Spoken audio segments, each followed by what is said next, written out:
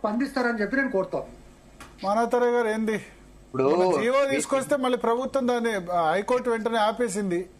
ఇప్పుడు విద్యార్థులకు చెల్లించడం ఇంకా ప్రమాదకరం.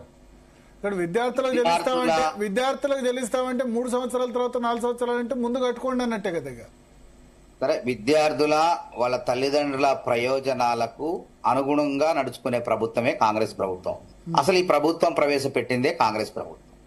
చేయూతనివ్వాలి వెనకబడిన తరగతుల వాళ్లకు, అదే విధంగా వాళ్ళ ఇంజనీర్లు డాక్టర్లు చేయాలి అనే సంకల్పంతో దీన్ని దివంగత నాయకులు రాజశేఖర రెడ్డి గారు ప్రారంభించారు. ఎంతో మంది ఇంజనీర్లు అయ్యారు, డాక్టర్లు అయ్యారు. సరే, తులసి వనంలో గంజాయి ముక్కలు అన్నట్టు కొంతమంది ప్రతి దగ్గర కూడా తయారవుతుంటారు. అంత మాత్రాన ఈ పథకాన్ని పూర్తిగా ఎత్తివేస్తామంటాం కూడా అది బలుగు బలహీన వర్గాలకు, అదేవిధంగా నిమ్న వర్గాల్లో ఉన్నటువంటి పేదవాళ్లకు హానికరమైనటువంటి చర్యగా మారుతుంది. కాబట్టి ఏదో రకంగా దీన్ని గాయమైతే చేతికి గాయమైతే చేయి నరుకోం, అక్కడ ఎక్కడైతే దెబ్బ జరిగిందో మందో మాకో రాసుకొని నయం చేసుకోవాలి. కాబట్టి రాష్ట్ర ప్రభుత్వం కూడా ఈ ఆర్థిక పరిస్థితి బాగోలేదు, అందరికి తెలిసిన అంశమే. ఒక పక్కన ఇటు ఉద్యోగస్తుల బకాయిలు పేరుకుపోయినాయి, ఇటు విద్యార్థుల బకాయిలు గత ప్రభుత్వం కారణంగా పేరుకుపోయినాయి.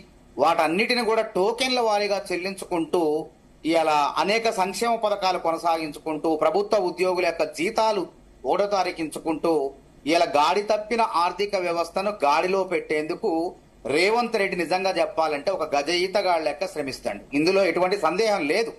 ఎందుకంటే వేరే వాళ్ళు అయితే ఈ పాటికి అసలు వామ్మో నేను నడపలేను, నేను నిర్వహించలేను అని చెప్పేసి ఈ భారం నా వల్ల కాదని వెళ్ళిపోయేవాళ్లే. గత ప్రభుత్వం చేసినటువంటి తప్పులన్నింటినీ కూడా సరి చేసుకుంటూ ఈ రాష్ట్ర ప్రభుత్వం, ఎందుకంటే ఈ ప్రభుత్వం ప్రాంతీయ పార్టీ కాదు, ప్రాంతీయ ప్రభుత్వం కాదు, ఇది జాతీయ పార్టీతో నడుస్తున్న ప్రభుత్వం. దీని జాగ్రత్తలు చాలా ఉంటాయి. కేసీఆర్ దుబారా మూలంగా తెలంగాణ దివాలా తీసిందంటానికి నేను గతంలో చెప్పిన 100% చెప్పిన. కాబట్టి ఈ యొక్క నష్టానికి కారణం ప్రధానంగా గత ప్రభుత్వం. సరే, దాని మీద నిందలేయట్లే. ఇప్పుడు ఈ యొక్క సమస్యను ఎట్లా పరిష్కరించుకోవాలి? కేంద్ర ప్రభుత్వం వాస్తవంగా తీసుకుంటే వారి యొక్క ప్రాయోజిత అంటే కేంద్రం యొక్క స్పాన్సర్ స్కీమ్స్ ఉంటాయి కొన్ని, దాంట్లో ఈ విద్యార్థులకు స్కాలర్షిప్లు కూడా ఇస్తుంది. అది ఏ విధంగా ఇస్తుంది? 60-40% నిష్పత్తులు. అంటే 60% కేంద్రం భరిస్తారని చెప్తుంది, 40% రాష్ట్ర ప్రభుత్వం ఈ ఉపకార వేతనాలకు సంబంధించిన దానికి మీరు భరించాలని చెప్తుంది. ముందుగా ఏం చెప్తుంది? మేము గినక డబ్బులు వెయ్యాలంటే మీరు ముందు ఎన్ఎస్పి నేషనల్ స్కాలర్షిప్ పోర్టల్లో మీరు విద్యార్థుల ఖాతాలో డబ్బులు వేసి చూపించండి, ఆ తర్వాత మిగతా 60% వేస్తున్నట్టు. వాళ్ళు వేసేది ఎంత? 60% పేరుకు చెప్పడం. వాళ్ళు వేసేది మొత్తం కలిపితే సంవత్సరానికి 345 కోట్లు 400 కోట్లు కూడా రావటం లేదు.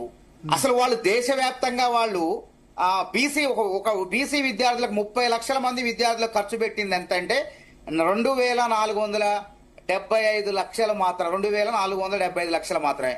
కానీ రాష్ట్ర ప్రభుత్వం రాష్ట్రంలో ఉన్న 12 లక్షల మంది విద్యార్థులు సుమారు అటు ఇటు అంచనాగా వాళ్ళ కోసం సంవత్సరానికి ఈ యొక్క ఫీజు రియంబర్స్మెంట్ కోసమే, ఈ స్కాలర్షిప్ల కోసమే మొత్తం 2500 కోట్లు ఖర్చు పెడతారు. కాబట్టి ఇది కేంద్రం నుంచి సాయం మనకి పూర్తి స్థాయిలో అందట్లేదు. అదేవిధంగా వాళ్ళు ఇచ్చినటువంటి దాంట్లోనే మొత్తం కూడా మళ్ళీ ఓవర్సీస్ స్కాలర్షిప్లు అని చెప్పి మొత్తం విద్యా రంగంలో ఉన్నటువంటి సంక్షేమ పథకాలు ఏవైతే ఉన్నాయో విద్యార్థులకు దాని అన్నిటికి కూడా మళ్ళీ ఈ 400 కోట్లను సరిపెట్టాలి.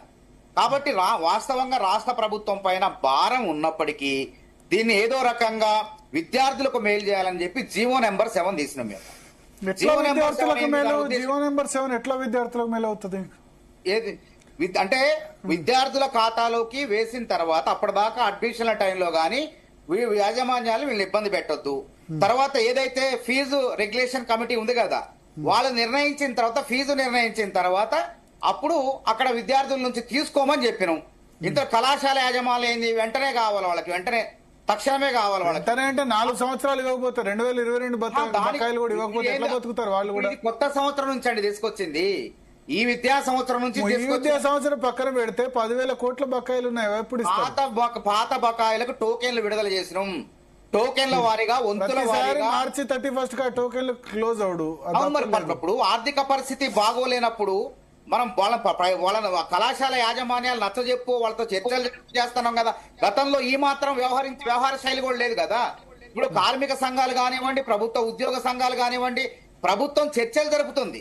గత ప్రభుత్వం లాగా నియంతృత్వంగా వ్యవహరించట్లా. ఇది స్పందించే ప్రభుత్వమే గాని గత ప్రభుత్వం లాగా బంధించే ప్రభుత్వం కాదు. ఏదో రకంగా మీకు ఇయ్యాలి కాకపోతే రేపు చెల్లిస్తామని చెప్పి వంతుల వారీగా టోకెన్లు ఇస్తూ ఆ 10,000 కోట్ల బకాయిలు 8,000 కోట్ల బకాయిలు ఉన్నాయి, ఆ బకాయిలు చెల్లించే కార్యక్రమం ఉంది.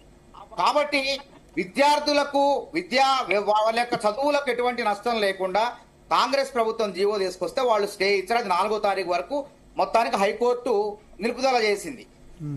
ఏది ఏమైనప్పటికీ రాష్ట్ర ప్రభుత్వం సంవత్సరానికి 2,500 కోట్లు విద్యార్థుల ప్రయోజనాల కోసం వాళ్ళ యొక్క చదువుల కోసం ఖర్చు పెడుతుంది. సరే, ప్రైవేట్ కళాశాల యాజమాన్యాలు కూడా ఈ విద్యా సంవత్సరం నుంచి, ఎందుకంటే గతంలో కాకుండా నేరుగా విద్యార్థుల ఖాతాలో వేస్తాను. 2024 నుంచి ఆల్రెడీ ఎస్సీ విద్యార్థులకు వాళ్ళ ఖాతాలో వేయటం జరుగుతుంది. గతంలో అది కూడా ఏంది, కేంద్ర ప్రభుత్వం కూడా స్పష్టంగా చెప్పింది. మీరు నిజంగా ఈ పాస్ ద్వారా కానివ్వండి, లేకుంటే విద్యార్థులు డైరెక్ట్ డీబీటీ అంటారు, డైరెక్ట్ బెనిఫిట్ ట్రాన్స్ఫర్ లో వేస్తేనే మేము ఇచ్చేటువంటి అరకొర నిధులు కూడా ఇస్తాం, లేకపోతే ఇవ్వమంటే ఆ విధానాన్ని ఈ విద్యా సంవత్సరం నుంచి అమలు చేయబోతాను. అది కళాశాల యాజమాన్యాలు. శివప్రసాద్ పటేల్ గారు, గుడ్ ఈవినింగ్.